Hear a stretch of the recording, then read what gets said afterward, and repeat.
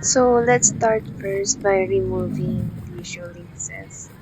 And then, kuha kayo ng dry brush para mag-brush natin yung mga nipis and other dirt na meron sa sapato.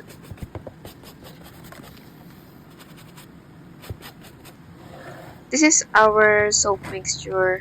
Gamit ko dito yung Perla Navar, tapos onting vinegar and water.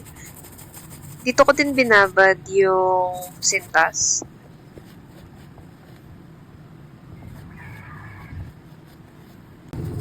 Kuha lang kayo ng lumang toothbrush and then i-scrub nyo lang siya ng medyo light lang and then pupunasan nyo ng microfiber towel.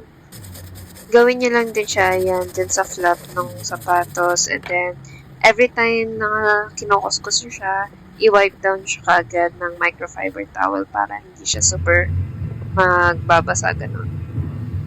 Ito yung natapos ko ng isa and then ito yung hindi ko pa nalinis.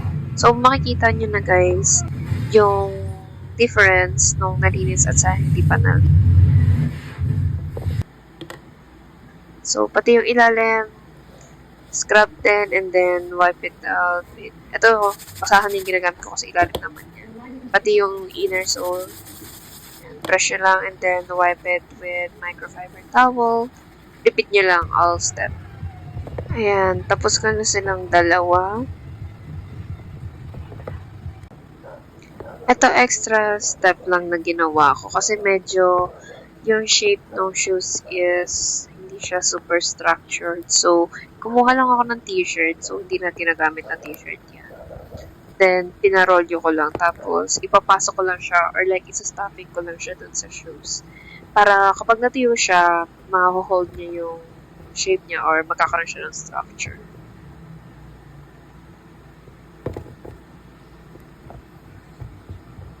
Ayan, tapos na silang dalawa. Parehas ko silang nilagyan, of course.